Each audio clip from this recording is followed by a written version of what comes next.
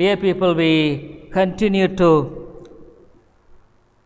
meditate on God's word based on Romans 12th chapter.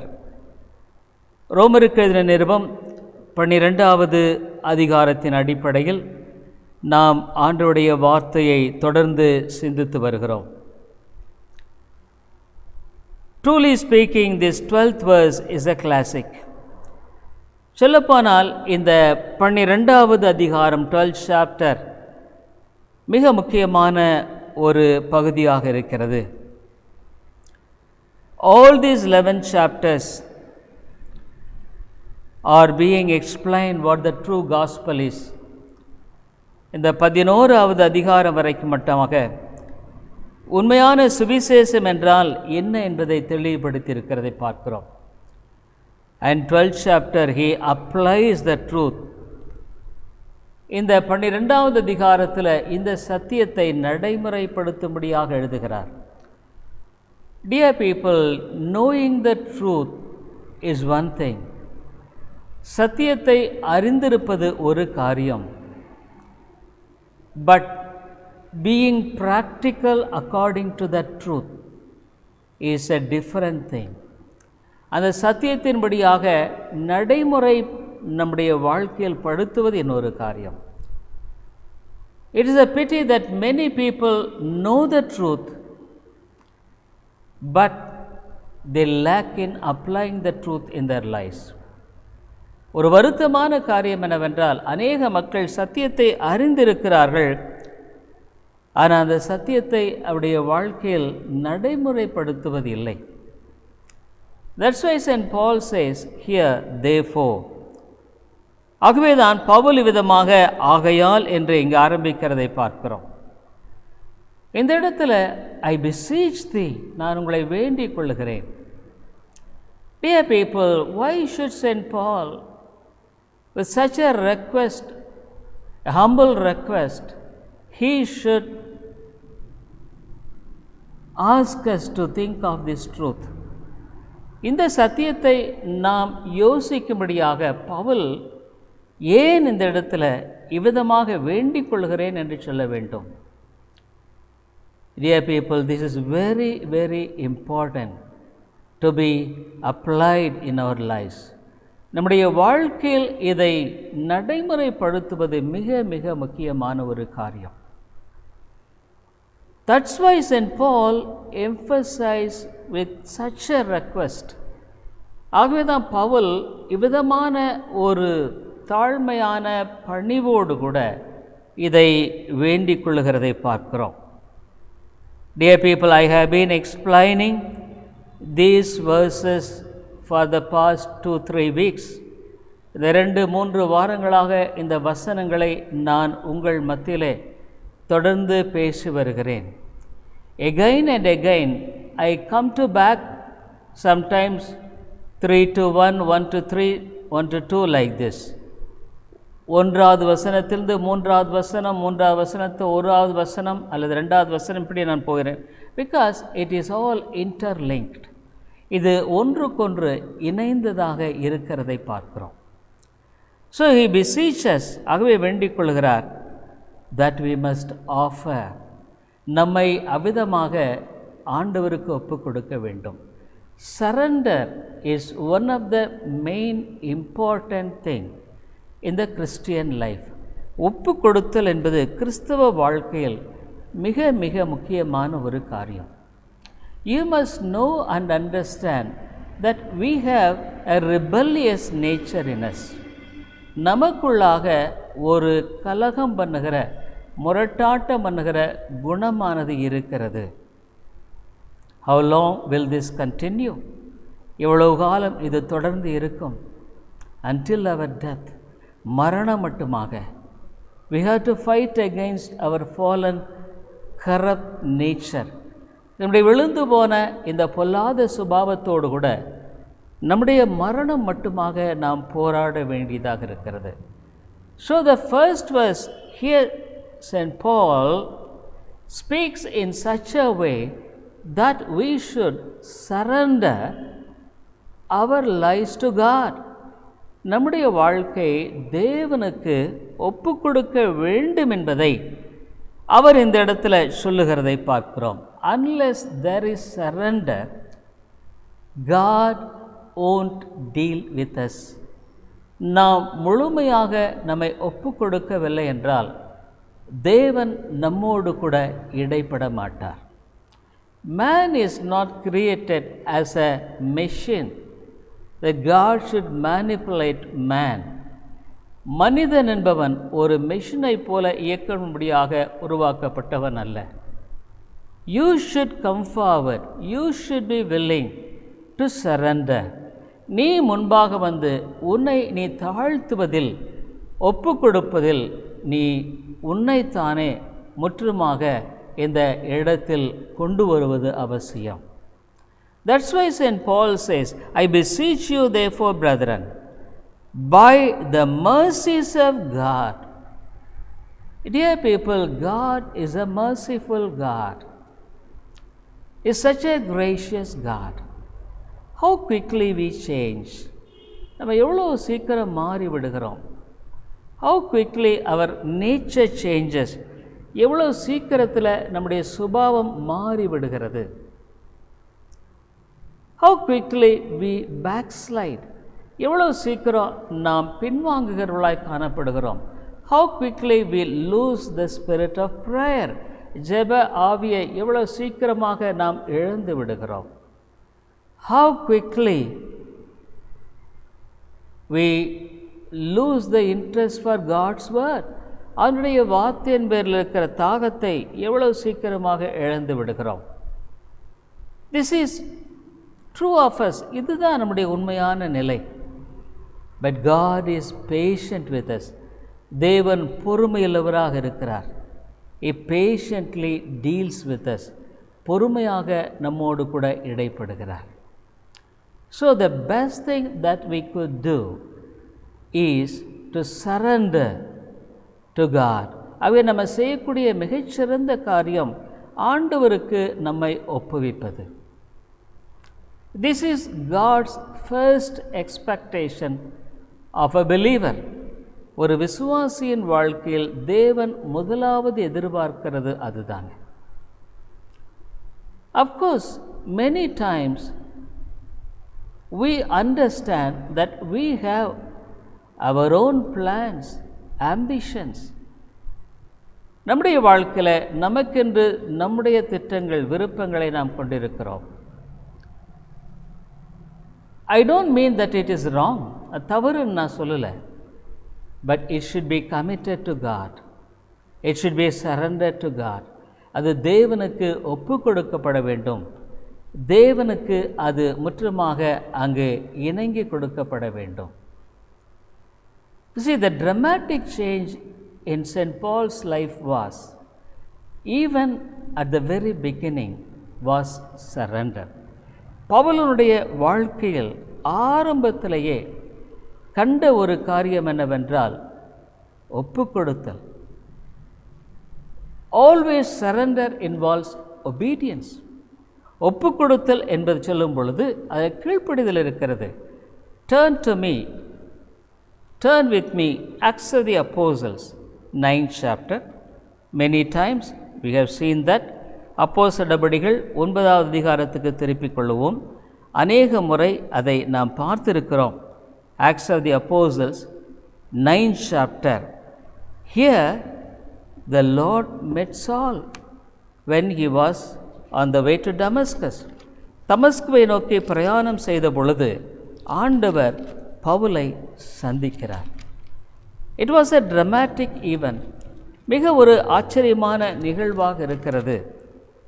So when God spoke to him, தேவன் அவனோடு பேசின பொழுது, it was a time of great unexpected event.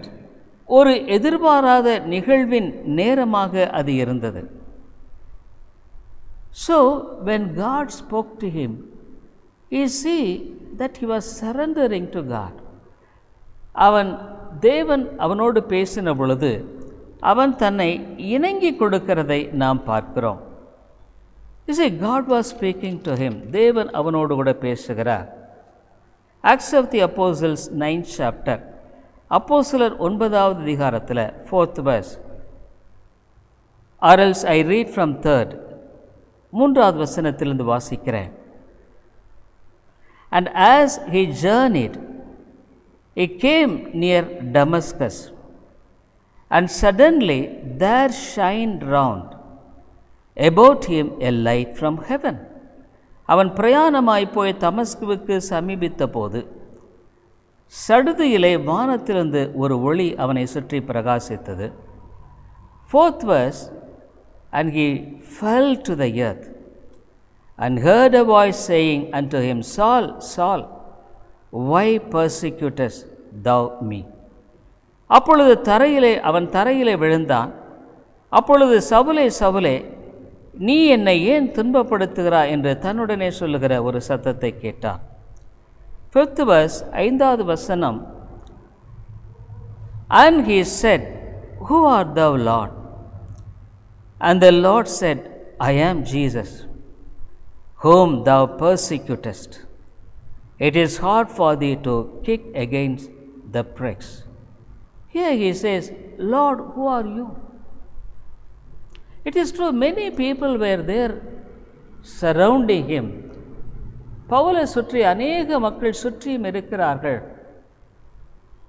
Probably God would have spoken to all the people around Paul. பவுலை சுற்றி இருக்கிற எல்லா மக்களிடத்தில் அவர் பேசியிருக்கலாம். Probably it would have been more greater thing we could expect. நம்ம எதிர்பார்க்கிற இன்னும் மேலான ஒரு காரியமாக இருக்கக்கூடும். But God met Saul alone. சவுலை மாத்திரம் அந்த இடத்துல ஆண்டவர் சந்திக்கிறார். Dear people, in this world, a person who is chosen of the Lord is the most privilegious, precious thing for a person. இந்த உலகத்தில் தேவனால் தெரிந்து கொள்ளப்பட்ட ஒரு காரியம் என்பது ஒரு மனிதனுடைய வாழ்க்கையில் மிக விலையேற பெற்ற காரியம், மிக விலையேற பெற்ற ஒரு சம்பவமாக இது இருக்கிறது. Dear people, this world goes against God. இந்த உலகம் தேவனுக்கு எதிராக போய்கொண்டிருக்கிறது. As God was speaking with Saul, சவுலோடு ஆண்டவர் பேசின வண்ணமாக, they are kicking against thorns. முள்ளுக்கு எதிராக அவர்கள் தங்களுடைய காலை உதைக்கிறார்கள். What will happen if they kick against the thorns? முள்ளுக்கு எதிராக உதைக்கும் பொழுது என்ன நடக்கும்? They hurt themselves. தங்களை தாங்களே காயப்படுத்திக் கொள்ளுகிறார்கள். They hurt their lives. தங்களுடைய வாழ்க்கையை காயப்படுத்திக் கொள்ளுகிறார்கள். They hurt the lives of others. மற்றவருடைய வாழ்க்கையை காயப்படுத்திக் கொள்ளுகிறார்கள். Dear people, life without God in this world is a vacuum. இந்த உலகத்தில் தேவன் இல்லாத ஒரு வாழ்க்கை ஒரு வெறுமையானது. Completely, absolutely, is a vacuum. வெறுமையானது. Of course, we see a lot of incidents in this world. உலகத்தில் பல நிகழ்வுகளை நாம் பார்க்கிறோம். Just to take example, Bill Gates. Bill Gates நீங்கள் எடுத்துக்கொள்ளுங்கள். The richest man in the world. உலகத்திலே மிகப்பெரிய ஐஸ்வர்யவான். His wife, both of them, they had everything in this world. இந்த உலகத்தில் எல்லாவற்றையும் அவர்கள் பெற்றிருக்கிறார்கள். Money, fame, wealth, in so many ways they are blessed. பணம், பொருள், புகழ், பல விதங்களில் அவர்கள் இந்த உலகத்தின் அளவுகளில் ஆசீர்வதிக்கப்பட்டிருக்கிறார்கள். Many people think that having money, wealth and fame is the blessings of God. அம்மையாரிலே பணமும் பொருளும் புகழும் பெற்றிருப்பது அவருடைய ஆசீர்வாதம் என்று நினைக்கிறார்கள். But truly speaking, they will never satisfy you. உண்மையாலுமே அவர்கள் உன்னை திருப்திப்படுத்துவதில்லை. Only God can satisfy us. தேவன் மாத்திரம்தான் நம்மை திருப்திப்படுத்த முடியும். So after 27 years of living together, இருவருமாக 27 வருடங்கள் வாழ்ந்து, having 3 grown-up children, 1 son, 2 daughters, ஒரு மகன் 2 மகள்கள், வளர்ந்தவர்களை கொண்ட ஒரு பிள்ளைகளை பெற்றிருக்கிற வாழ்க்கையில், they say that we want to divide, we want to depart, we want to divorce. நாங்கள் ஒருவரை விட்டு பெறுகிறோம். And they say it is not because of any quarrel, bitterness, சண்டை கசப்பு என்பதில்லை. I tell you truly, there will be deep-seated wounds between them. அவர்களுக்கு மத்தியில் ஒரு ஆழமான காயங்கள் இருக்கத்தான் செய்யும். But outwardly they just don't talk about that. அதை குறித்து அவர்கள் பேசுவதில்லை. But in disguise they say, we want to explore more of our opportunities to separate and to work. நாங்கள் இருவருமாக பிரிந்து இன்னும் அதிகமான அளவுகளில் வாய்ப்புகளை கண்டுபிடிக்கிறோம், உபயோகப்படுத்துகிறோம். Dear people, what a foolish thing it is. என்ன ஒரு மதியனமான காரியம்.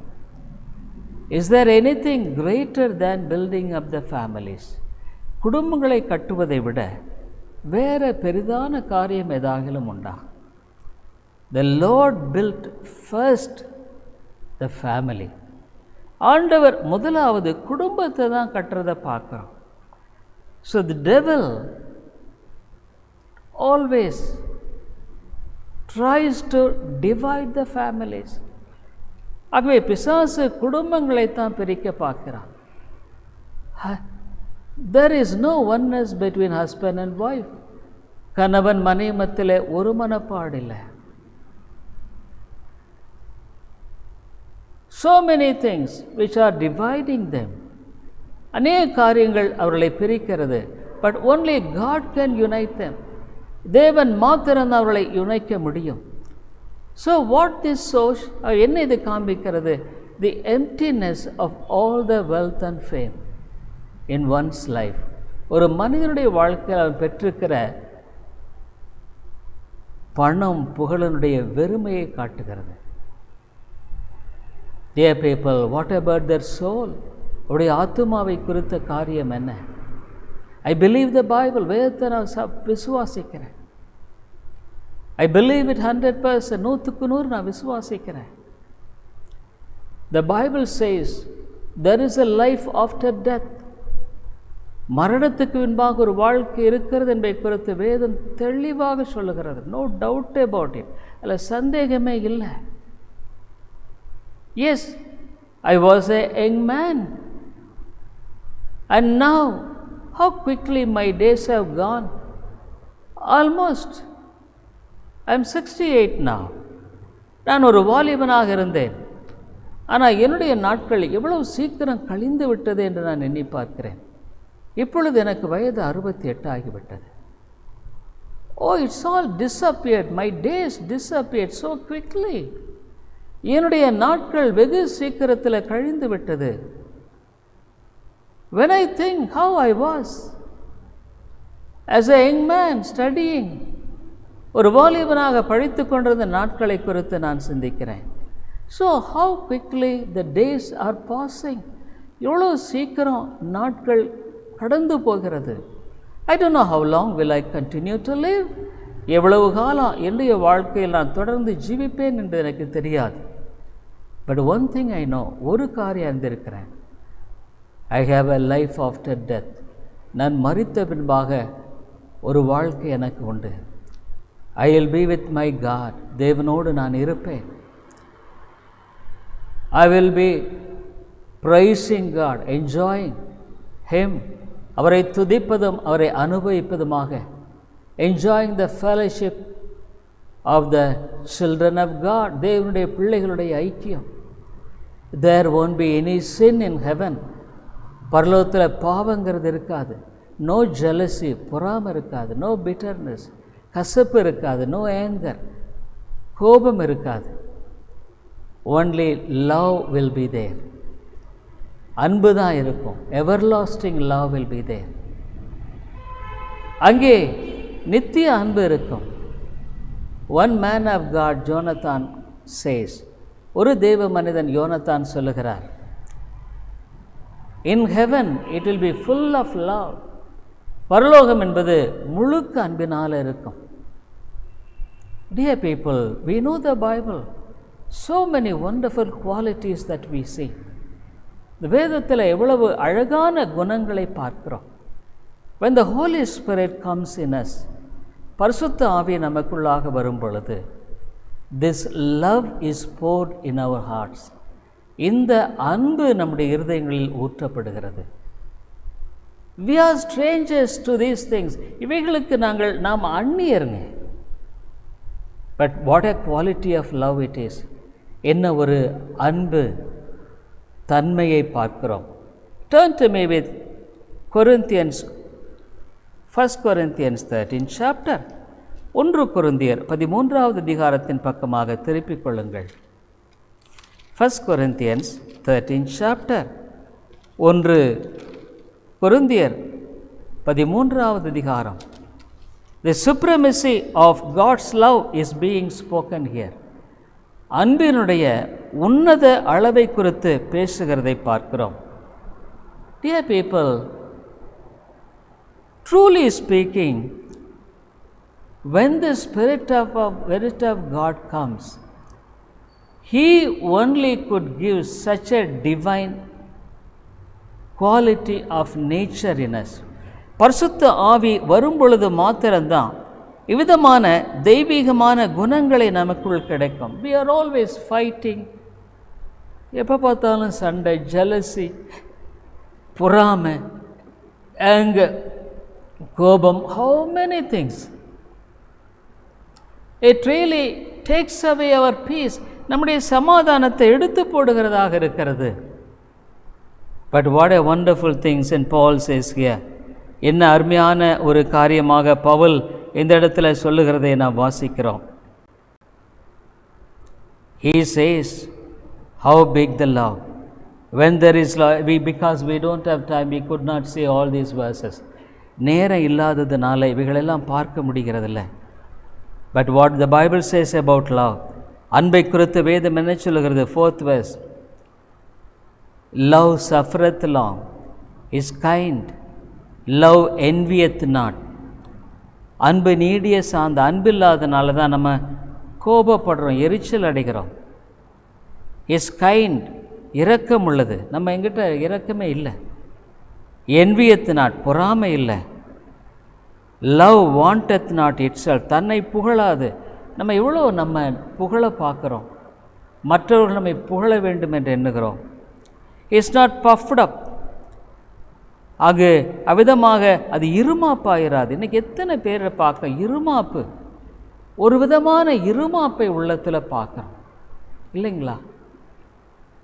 என்ன ஒரு வருத்தமான ஒரு காரியம். ஆனால் இன்னும் சொல்லப்படுகிறது, love doth not behave itself unseemly, அயோக்கியமானதை செய்யாது. சீக்கத் நாட் ஹர் ஓன், தற்பொழிவை நாடாது. இஸ் நாட் ஈஸிலி ப்ரொவோக்ட், சினமடையாது. திங்கத் நோ ஈவில், தீங்கு நினையாது. ரிஜாய்ஸத் நாட் இன் இனிக்விட்டி, அநியாயத்தில் சந்தோஷப்படாது. ரிஜாய்ஸத் இன் த ட்ரூத், சத்தியத்தில் சந்தோஷப்படும். beareth all things, believeth all things, hopeth all things, endureth all things. சகலத்தையும் தாங்கும், சகலத்தையும் விசுவாசிக்கும், சகலத்தையும் நம்பும், சகலத்தையும் சகிக்கும். Love never faileth. Dear people, only when the Spirit of God dwells in us, we could have this nature in us. பரிசுத்த ஆவி நம்மில் வாசம் பொழுது மாத்திரம்தான் இந்த சுபாவம் நமக்குள்ளே வருங்க.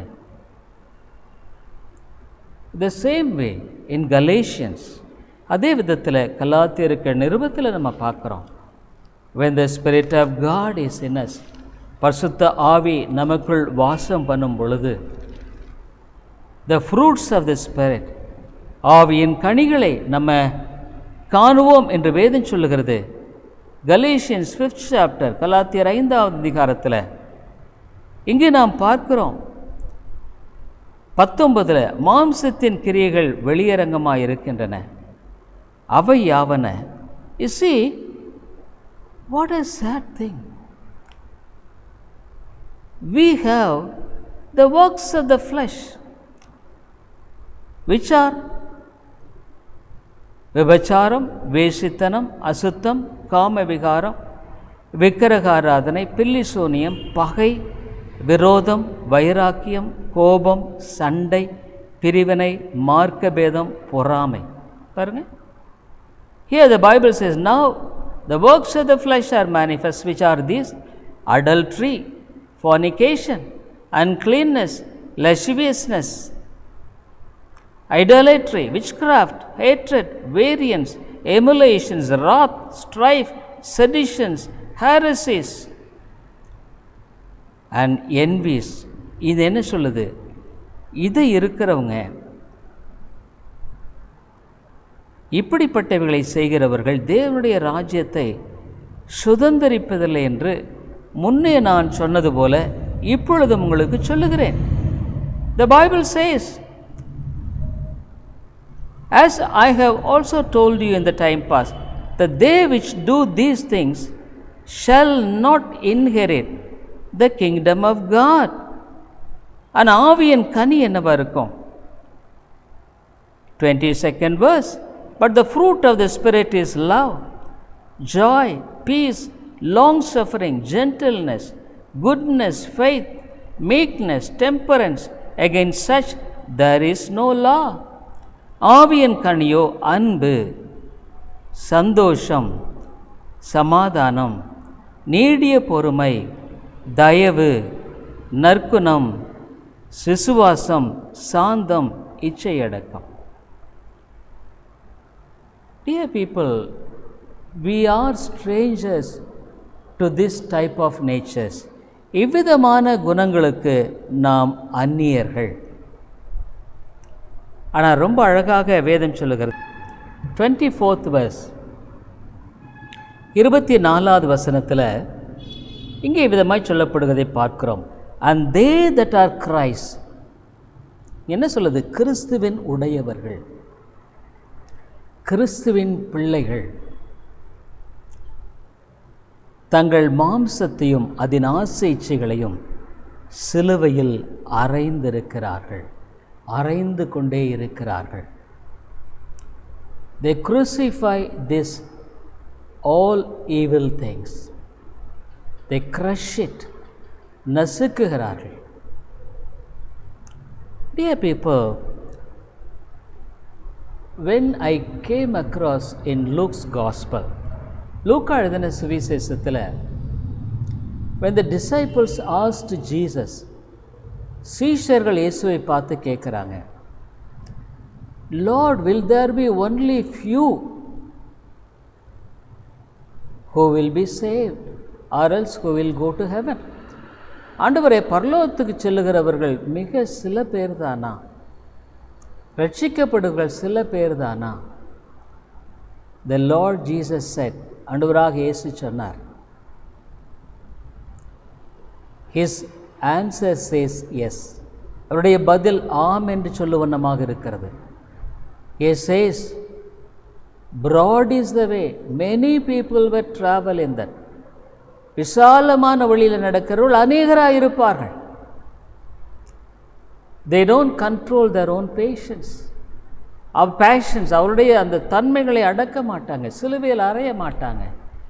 They will let their own nature to have its own rule.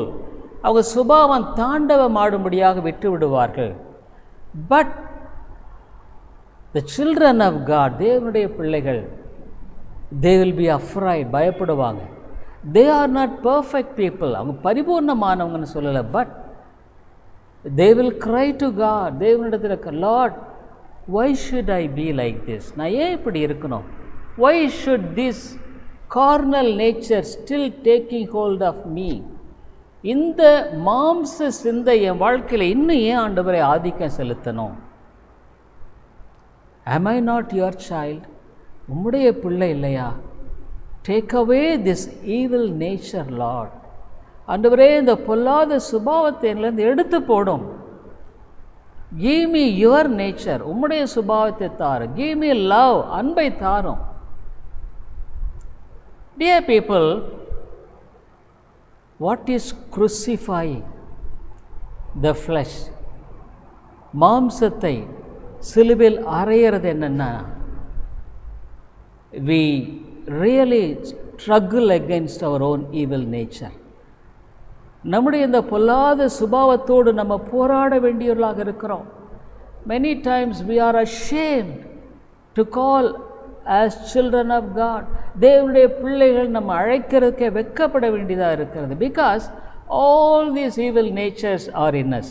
இந்த எல்லா பொல்லாத சுபாவம் நமக்குள்ள இருக்கிறது. But we fight against that. அதுக்கு எதிராக நாம் போராடுகிறோம். A worldly man will never fight against his nature. அவன் தன்னுடைய சுபாவத்துக்கு எதிராக போராடுவதில்லை. He allows it to have its own way. அது செயல்படும்படியாக விட்டுறான். Or else sometimes a short time of remorse. கொஞ்ச நேரம் சில சமயத்தில் ஐயோ நான் இப்படி ஏன் செஞ்சிட்டேன்னு யோசிக்கிறான். You see the difference between Judas Iscariot and Peter. பேதுருவுக்கும் யூதாஸ் காரியத்துக்கும் உள்ள வித்தியாசம் பாருங்க. Judas Iscariot, he had a remorse. He said, oh, I betrayed the innocent blood. குற்றமில்லாத இரத்தத்தை நான் காட்டி கொடுத்துட்டேன். A remorse, ஒரு விதமான ஒரு வருத்தம், அவ்வளவுதான். ஆனால் ஐயோ ஆண்டவருக்கு எதிராக நான் இப்படி செஞ்சிட்டனே. Oh, I have done wrong against this God. A God who loved me so much. என்னை நேசித்த இந்த ஆண்டவருக்கு நான் துரோகியாக போயிட்டனே. He never repented of his sin. அவன் தன்னுடைய பாவத்துக்காக மனம் திரும்பலை. இனிமேல் நான் அப்படி வாழ மாட்டேன். Hereafter I will not live like this. But Judas Iscariot, he said, I just betrayed. நான் காட்டி கொடுத்துட்டேன். But he never repented of his sins. தன் பாவத்துக்காக அவன் மனம் திரும்பி இனிமேல் இதை செய்ய மாட்டேன்ற ஒரு உறுதிப்பாடுக்குள்ளே வரல. You must show the difference. In the Romans 12, he talks about the renewal of my mind. மனம் புதிதாகிறதுனாலே என்றை குறித்து பேசுகிறார். This is the renewal of the mind. இதுதான் மனம் புதிதாகிறது. It is true, all the old man and his natures are there in us. எல்லாம் அந்த பழைய மனுஷனுடைய சுபாவமெல்லாம் இருக்குது. But we are not telling because, oh, I have done this, I should not have done this. It is not simply a statement. ஓ இதை நான் செஞ்சிட்டேன், இதை நான் செய்திருக்க கூடாதுன்னு சொல்லி வெறுமையாக சொன்ன காரியம் இல்லைங்க. Judas Iscariot, what he should have done? யூதாஸ் காரியத்தை அவன் என்ன செய்திருக்கணும்? ஆண்டவரை ஒருவேளை நான் தேடி போய் மன்னிப்பு கேட்க முடியுமா? Is there a possibility to go and ask his pardon? He never sought after Jesus. இயேசுவை தேடல. He knew that Jesus is a forgiving God. இயேசு கிறிஸ்து ஒரு மன்னிக்கிற தேவன் என்பதை அவன் அறிந்திருந்தான். He was with Jesus for 3.5 years. 3.5 வருடங்களாக இயேசு கிறிஸ்துவோடு கூட இருந்தான். He knew how many people he forgave. எத்தனை மக்களை அவர் மன்னித்தார் என்பதை அவன் அறிந்திருந்தான். He knew that Jesus could forgive his sins. அவனுடைய பாவங்களை இயேசு மன்னிக்க முடியும் என்பதை அவன் அறிந்திருந்தான். But it was his pride. ஆனால் அவனுடைய பெருமை நிமித்தமாக he never wanted to go to Jesus. இயேசுவினிடத்தில் அவன் போக விரும்பவே இல்லை. It is true, he had a remorse saying that he betrayed the innocent blood. குற்றமில்லாத இரத்தத்தை காட்டி கொடுத்தான்னு சொன்ன ஒரு வருத்தம் இருந்தது. ஆனால் நான் ஆண்டவரிடத்தில் மன்னிப்பு கேட்பேன், அவர் என்னை மன்னிப்பார் அப்படின்ற விதமாக வருகிறது தாங்க உண்மையான மனம் திரும்புதல். Real repentance is, I will go to God, I will seek after God. See, the people in the world also many times they feel remorse. உலகத்தில் இருக்கிற ஜனங்கள் கூட அநேக சமயங்களில் அவங்க ஒரு விதமாக மன வருத்தப்படுறாங்க. I have been telling, I have been visiting the central jail in Salem around 3 years, preaching God's word to them. இந்த சேலத்தில் இருக்கிற அந்த சென்ட்ரல் ஜெயிலில் 3 வருஷமாக ஏறக்குறைய அந்த கைதிகளுக்கு சுவிசேஷத்தை எவ்ரி சண்டே ஒவ்வொரு ஞாயிற்றுக்கிழமை it was preached to them, பிரசங்கம் பண்ணப்பட்டது. ஐ ப்ரீச்ட் ஆல்சோ, நான் கூட பிரசங்கம் பண்ணியிருக்கேன். But what did I see in them? அவளுக்குள்ளாக பார்த்த காரியம் என்ன? There was remorse. வருத்தப்பட்ட, because I did, I am in jail now. நான் தப்பு செஞ்சதுனால ஜெயிலில் மாட்டிக்கிட்டேன். They really felt sad for the consequence. அந்த பின் விளைவை குறித்து வருத்தப்பட்டாங்க. Some people, suppose if they drink and run the vehicle and get an accident, இப்போ யாராவது ஒரு குடிச்சிட்டு காரை ஓட்டி பயங்கர விபத்தாயிருச்சு, oh they will feel sad, why did I drink, ஏன் குடித்தேன், why did I drive the vehicle, அந்த காரை ஏன் ஓட்டுனேன், நவ் இட் காட் டேமேஜ், இப்போ அது அதிகமாக பாதிக்கப்பட்டு I have to spend money, பணத்தை நான் செய்யப்பட வேண்டியதாக இருக்கிறது.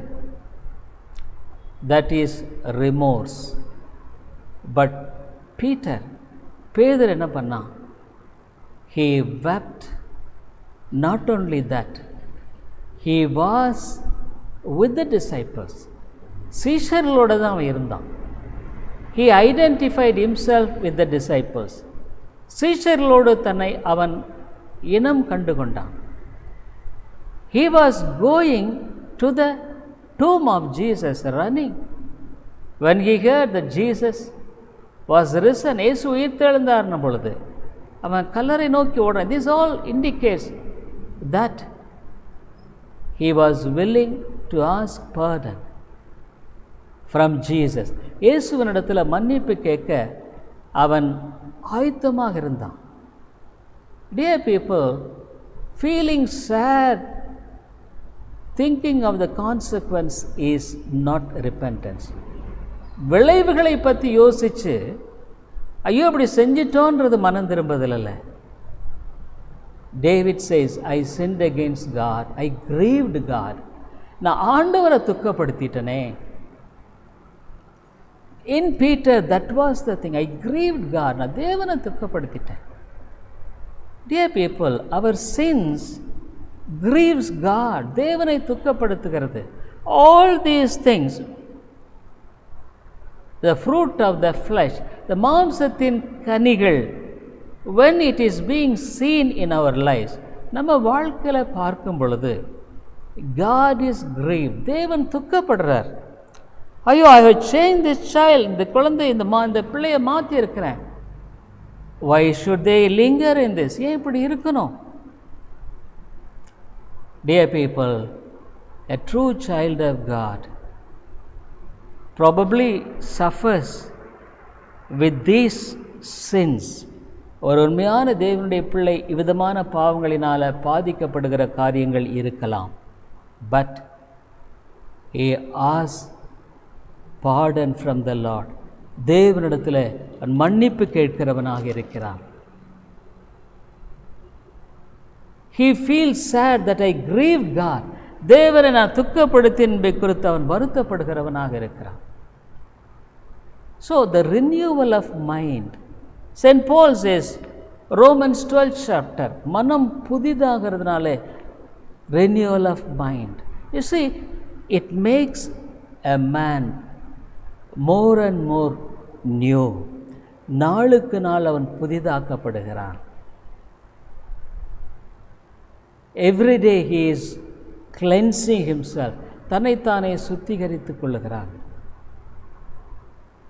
So that's why St. Paul says, surrender comes. Surrender follows renewal. ஒப்பு கொடுத்தல் நமக்குள்ள புதிதாக்கப்படுகிற ஒரு அருமையான வாழ்க்கை முறைக்கு கொண்டு செல்லுகிறது. Dear people, we will finish by seeing Romans 12th chapter. ரோமர் 12வது அதிகாரத்தை பார்த்து நம்ம முடிக்கலாம். That's why St. Paul says, you must surrender to God. ஆண்டவருக்கு உங்களை ஒப்பு கொடுத்து, not only that, you must be renewed every day.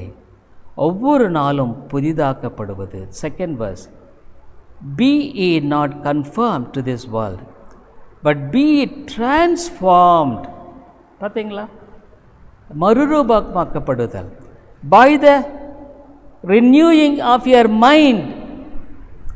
மனம் புதிதாகிறதுனாலே, that ye may prove what is that good and acceptable and perfect will of God. Dear people, so the main difference between a child of God and not a child of God is, ஒரு ஆண்டவருடைய பிள்ளைக்கும் ஆண்டவருடைய பிள்ளை இல்லாதவர்களுக்கும் உள்ள முக்கிய வித்தியாசம் என்னன்னா,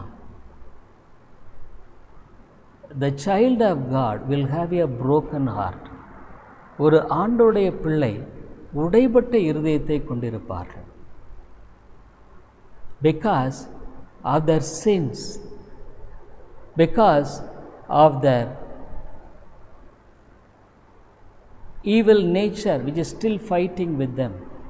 அவளுக்குள்ளாக போராடுகிற அந்த பொல்லாத சுபாவத்தின் நிமித்தம் they humble themselves before God.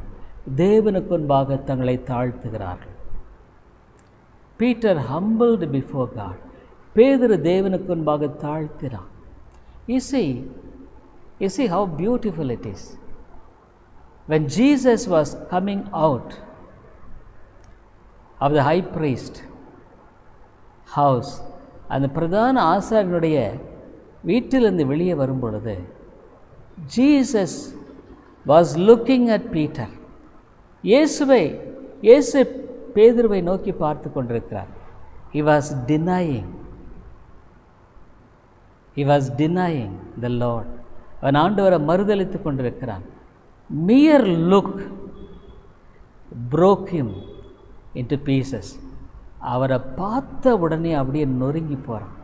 So he wept bitterly, Bible says. மனம் கசந்து அழுகிறான். After that he didn't meet Jesus. இயேசுவை அவன் சந்திக்கல.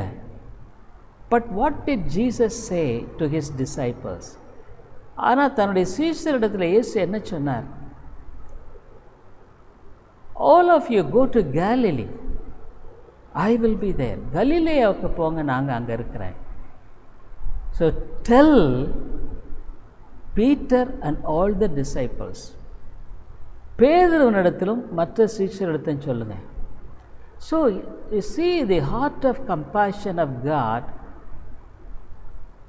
Peter didn't meet him at all in between. அதுக்கு நடுவில் பேதுரு இயேசுவை சந்திக்கவே இல்லை. பட் God, தேவன், he knew the heart of Peter. பேதுருடைய இருதயத்தை அறிந்திருந்தான். He saw his repentance. அவனுடைய மனந்திரும்புதலை பார்த்திருந்தார். So he said, tell Peter. பேதுருவிடத்தில் சொல்லுங்க. And that's why he took Peter alone and asked, do you love me, Peter, more than all? எல்லாரும் விட என்ன அதிகமாக நேசிக்கிறியா? Dear people, so Christian life is a real battle. கிறிஸ்தவ வாழ்க்கை உண்மையான ஒரு போராட்டம் தாங்க. This is the narrow path. இது இடுக்கமான நெருக்கமான வழிதான். Because we just pass through. Only we are almost compressed on all sides. எல்லா விதத்தில் நெருக்கப்படுறோம். So we humble, தாழ்த்துறோம். We don't say that we are all right. நல்ல சரின்னு சொல்லலை. But we humble and we feel ashamed of our own nature. நம்முடைய சொந்த சுபாவத்தை குறித்து நாம் வருத்தப்படுறோம். But dear people, one day we will be away from the world. இந்த உலகத்தை விட்டு கடந்து போய்விடுவோம். Where there will be no sin. பாவங்கிறது இல்லை. No sin at all. பாவங்கிறது இருக்க. No jealousy, no anger, no bitterness. But there we will see love, joy, peace. Dear people, this world passeth so quickly. இந்த உலகம் சீக்கிரம் கடந்து போகிறது. But what is your choice? உன்னுடைய தெரிந்து கொள்ளுதல் என்ன? It is true, at the path of the cross, humbling. இது சிலுவையின் பாதை தான், தாழ்மையின் பாதை தான். But are you willing for that? அதுக்கு நீ ஆயத்தமாக இருக்கிறையா? Why it is a narrow path? ஏன் இது குறுகிய பாதை? Because we just bend and travel every inch. நம்ம குனிந்து ஒவ்வொரு இன்ச்சாக போக வேண்டியதாக இருக்குது. Every inch we struggle to move. ஒவ்வொரு இன்ச்சும் போகிறதுக்கு போராட. பட் திஸ் ப்ராடர் அசாலமான வழி, they go joyfully. சந்தோஷமாக போகிறாங்க. Many of the worldly people they look joyful. அதில் பார்த்தா சந்தோஷமாக இருக்கிறது போல காணப்படுகிறது. But we people who are Christians, who are true children of God, ஆனால் கிறிஸ்தவர்கள் உண்மையான தேவனுடைய பிள்ளைகள், they have to fight against their own sinfulness. அவருடைய சொந்த பாவத்துக்கு எதிராக போராட வேண்டியதாக இருக்கிறது. It's a humbling thing, தாழ்மைப்படுதல். But dear people, God is with us. தேவன் நம்மோடு கூட இருக்கிறார். Think of the joy of the Lord in heaven with him. பரலோகத்தில் அவரோடு கூட இருக்கிற அந்த சந்தோஷத்தை எண்ணிப்பார். ஜெபிப்போம். Let's pray. Father, it is true, many times it's a narrow path. But Lord, we have to humble. தாழ்மைப்பட வேண்டியதாக இருக்கிறது. That's why many times we repent of our sins. எங்கள் பாவங்களுக்காக மனம் திரும்ப வேண்டியதாக இருக்குது. But Lord, you are pleased with that. அதில் நீங்கள் சந்தோஷமாக இருக்கிறீங்க. Help us, Lord, to live for thy glory. உம்முடைய மகிமைக்காக வாழ எங்களுக்கு உதவி செய்யும். இயேசுவின் நாமத்தில் ஜெபிக்கிறோம் நல்ல பிதாவே. ஆமென். I hope the Lord is blessing you through this preaching of God's word, and we are glad to inform you that you could contact me over my mobile phone and WhatsApp number 98427-67184 and my email ID davidilongo100@gmail.com, davidilongo100@gmail.com. Thank you very much. கிறிஸ்துவுக்குள் அன்பானவர்களே, நீங்கள் தொடர்ந்து இந்த தேவ செய்திகள் மூலமாக ஆசீர்வதிக்கப்பட்டு வருகிறீர்கள் என்று நாங்கள் நம்புகிறோம்.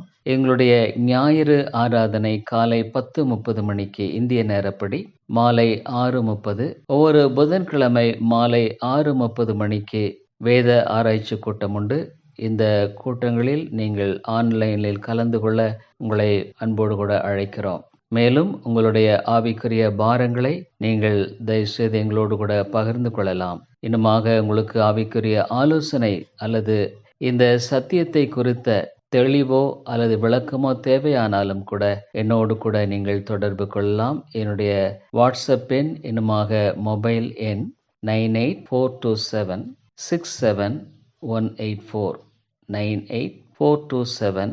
867-184. இன்னுமாக நீங்கள் இமெயிலில் தொடர்பு கொள்ள வேண்டுமானால் என்னுடைய இமெயில் ஐடி davidilongo100@gmail.com davidelango100@gmail.com. நன்றி.